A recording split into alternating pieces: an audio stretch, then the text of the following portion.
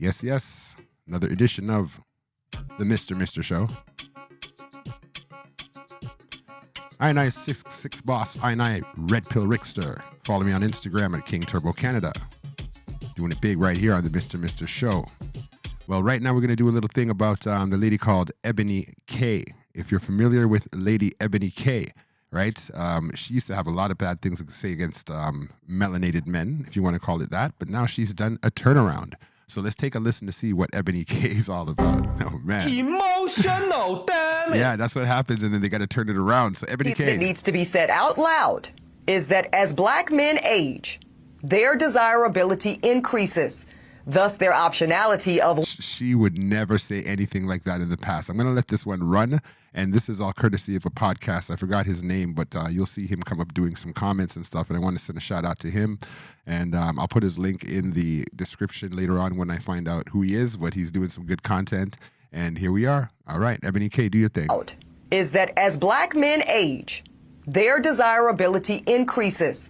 Thus, their optionality of women is always expanding. And the exact opposite is true for black women. You motherfuckers ain't ready for this. As we age, doesn't matter how much money we accumulate, our degrees or professional accolades. Bruh. The reality is that our marriage and partnership market value is depreciating with every passing year. Damn. All right, so that's going to be a controversial statement for sure. And I think she means the sexual market value. But all right, keep going. No matter how good we look, no matter how fit we are, Bruh. men are still seeing primarily our presumed dwindling fertility as a knock against us. And speaking of fertility, that is another reason that I want younger black women to seek marriage and partnership in college or right after, if that's what they choose.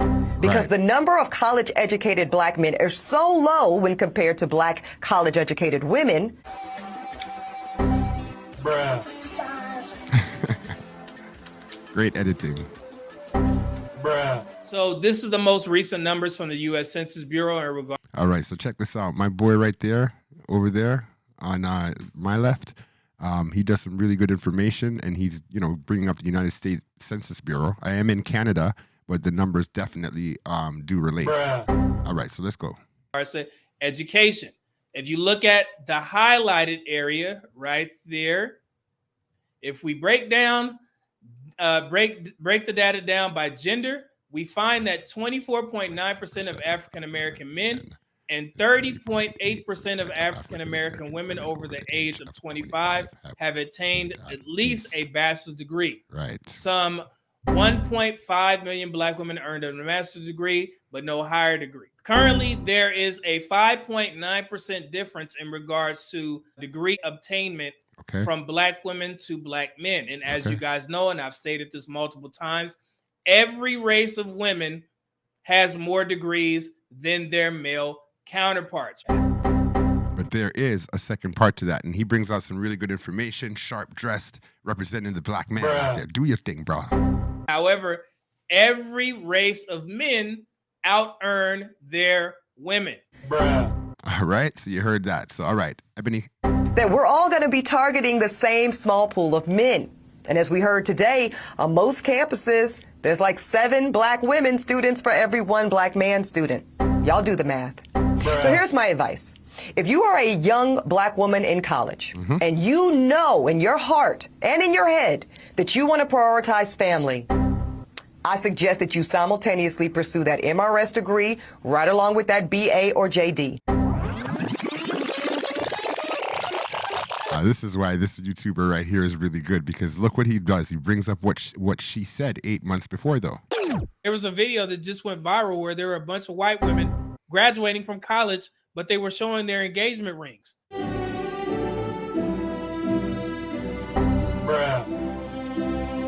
Bruh. Young and fertile. And I'm like, well, why don't our women pair up with these athletes or these guys that are going to be in the STEM field while you're in college? Because I'm telling you now, young women, it's not going to be too many places where you're going to get that many potentially successful men in one place. Right, especially if you go to one of those all-black stuff. If you go to one of those all-black colleges or universities, then, you know, all these guys are striving for professionalism and striving to be the best that they can, using the last dollars and things like that to make sure that they can get a proper education. That's the place that young ladies, that you find your possible husband. The clubs, yo. The clubs ain't gonna do it, yo, because those guys go to the clubs too, right? So, all right. So I would advise you to go ahead and take advantage of that. And no, it's not saying forego your education. You're going to have to figure out a way to do both. You're going to have to figure out a way to do both. You're going to have to figure out a way to do both. You have to get your education and also cultivate a relationship at the same time. Because the handful of black college-age men that actually do desire to get married soon, and they do share that value system and family. I find that a lot of black men actually do want to be married. Is a priority for them too. Y'all, that is an incredibly small pool, and it's shrinking as you get older. There is a 6% difference between black men being married and black women being married, with black men at 33%, black women at 27%. So the problem is not black women having more degrees. The problem has to be on black women, because black men are doing just fine. All right. Hold on. Let me see if I can add to that, okay? Because I did have some statistics about marriage. So the average age of marriage, that's something I wanted to bring forward, right? The average age of marriage. Back in the days, in the year 1890, men used to be married at the age of 26 and women were at the age of 22. Also, back in 1950 to 1960, men were married at the age of 22.8 years old, while women were married at 20.3. 20 years old. That's the lowest it's been in history, in recorded history for marriage.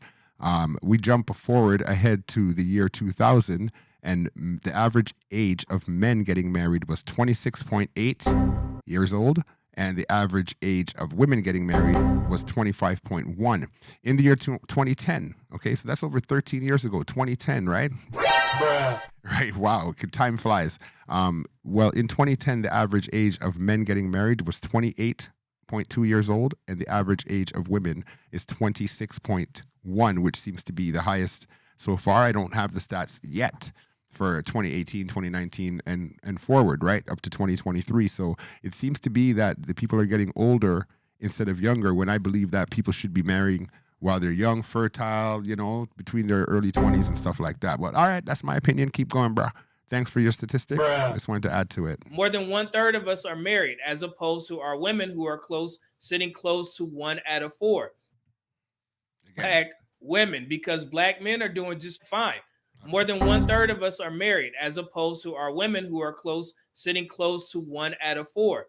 And as I already stated, my thoughts on black women getting married is this: I don't think that 3 out of 4 black women want to get married.